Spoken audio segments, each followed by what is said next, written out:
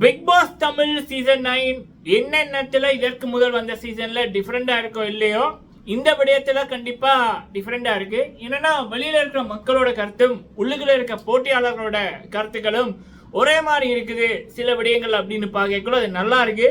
சபரி அவர்கள் கனி அவர்கள் பண்ண தரமான சிறப்பான சம்பவம். ஸோ அது என்ன அப்படின்றத பார்க்கலாம். அடுத்தது வந்து பார்த்தீங்க அப்படின்னா வைல்ட் கார்டு என்ட்ரி.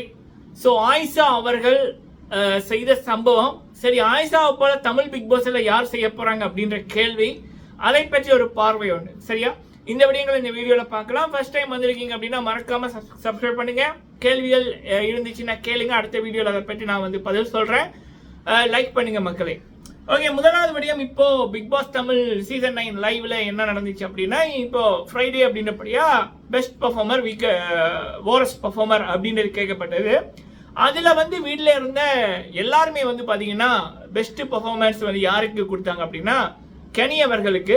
ஸோ அதிகபட்சமான ஓட் வாங்கினது கனி அவர்கள். சொன்ன காரணம் என்னன்னா, பொறுப்பா இருக்காங்க, அக்கறையா இருக்காங்க, எல்லாத்தையும் கவனிக்கிறாங்க, டெடிகேட்டடா இருக்காங்க அப்படின்ற ரீதியில கண்டிப்பா நானும் அதைத்தான் சொன்னேன். கனி அவர்கள் அந்த வீட்டோட தலைவி மாதிரி எல்லாரையும் பாரபட்சம் இல்லாம நடத்துறாங்க, உண்மையா இருக்காங்க, கிளீன் அண்ட் நீட்டா இருக்காங்க. பொதுவா பிக் பாஸ் ஷோவை பொறுத்த வரைக்கும், அந்த பிக் பாஸ் மட்டுமில்ல எந்த ஒரு ரியாலிட்டி நிகழ்ச்சி பல மக்கள் சின்ன வயசுல இருந்து பெரிய வயசு மக்கள் வரைக்கும் பாக்குறாங்க அப்படின்னா அங்க சில கட்டுப்பாடுகள் முக்கியம். அதுல கிளீனஸ், ஹைஜீனிக் அப்படின்றது ரொம்ப முக்கியம்.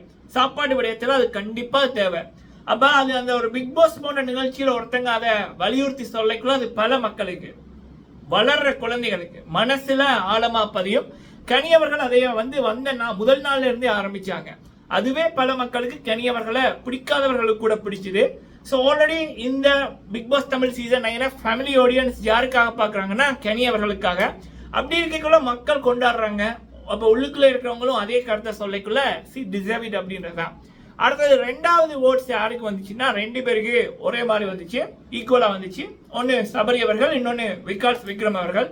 எனக்கு தெரிஞ்சு இப்ப இருக்கிற நிலைமையை பொறுத்த வரைக்கும் இவங்க தான் டாப் 5. சரிங்களா, டாப் 4 மேபி திவாகர் அவர்களை சேர்த்துக் கொள்ளலாம்.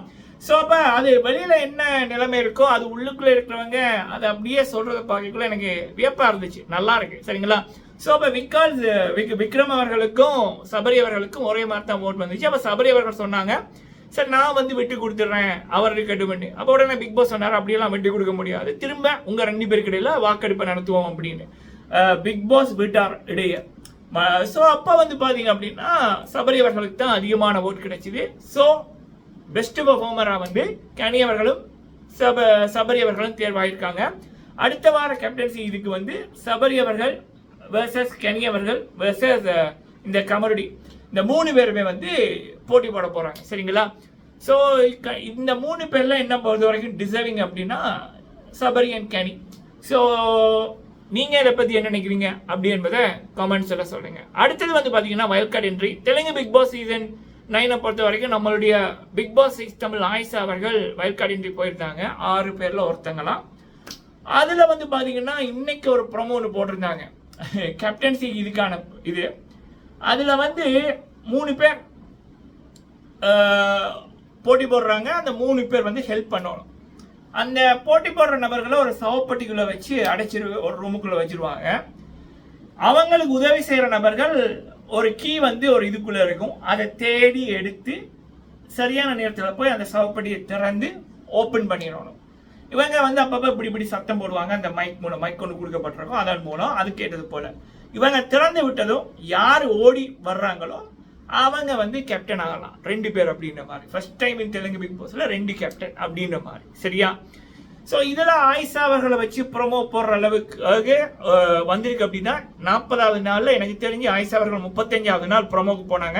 அந்த 35 அந்த ஒரு 5 நாளுக்குள்ள ஆயிஷா அவர்களுடைய ப்ரோமோ தான் அதிகமாக வந்திருக்கு. காரணம் என்னன்னா, அவங்களுக்கு இருக்கிற ஃபேன் பேஸ் தமிழ், தெலுங்கு, மலையாளம் இப்படின்னு அவங்களுக்கான ஃபேன் பேஸ்.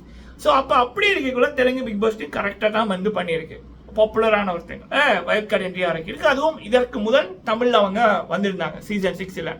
அப்ப நம்ம தமிழ் மக்களோட எதிர்பார்ப்பும் இப்படி ஒரு பிரபலமான நபர்களை வைல்ட் கார்டு என்ட்ரியா இறக்குங்க அப்படின்னு சில பேர் கேட்டாங்க. இதற்கு முதல் சீசனுக்கு போனவர்கள் நம்ம சீசன்ல வைல்ட் கார்டு என்ட்ரியா வருவாங்களான்னு. எனக்கு தெரிஞ்சு தமிழ் பிக் பாஸ் டீம் அப்படி முயற்சி எடுக்குமான்னு எனக்கு தெரியல. அப்படி எடுத்தால் நல்லா இருக்கும். உமேர் வருவாரா அப்படின்னு சில பேர் கேட்டாங்க. ஆக்சுவலாக உமேர் அவர்களுக்கு பதிலாக தான் கமருடீன் வந்தார். ஸோ அது உமேர் வராவிட்டு நல்லது தான். ஏன்னா உமேரை வச்சு தான் இந்த அரோரா அப்புறம் அந்த துஷார் அவங்களோட அந்த முக்கோண காதல் போயிருக்கும். நல்ல வேளை உமேரோட பேர் தப்பிட்டு இதற்கு ஒரு தனி வீடியோவை நான் போடுறேன். ஸோ அப்படி இருக்கீங்களோ உமேர் அவர்கள் இதையும் பார்த்ததுக்கப்புறம் இனிமேல் வர சான்ஸ் இல்லை. சரி, யார் வர்றாங்க அப்படின்றத நமக்கு கூடிய சீக்கிரம் அப்டேட் கிடைக்கும். கிடைச்சதுக்கப்புறம் அதை பற்றி பேசலாம். சரிங்களா? உமேர் அவர்கள் தப்புனதை பற்றி நீங்கள் என்ன நினைக்கிறீங்க? கமெண்டில் கேள்விகள் இருந்தால் பதில்கள் இருந்தால் சொல்லுங்கள், அதையும் பார்க்கலாம். நன்றி.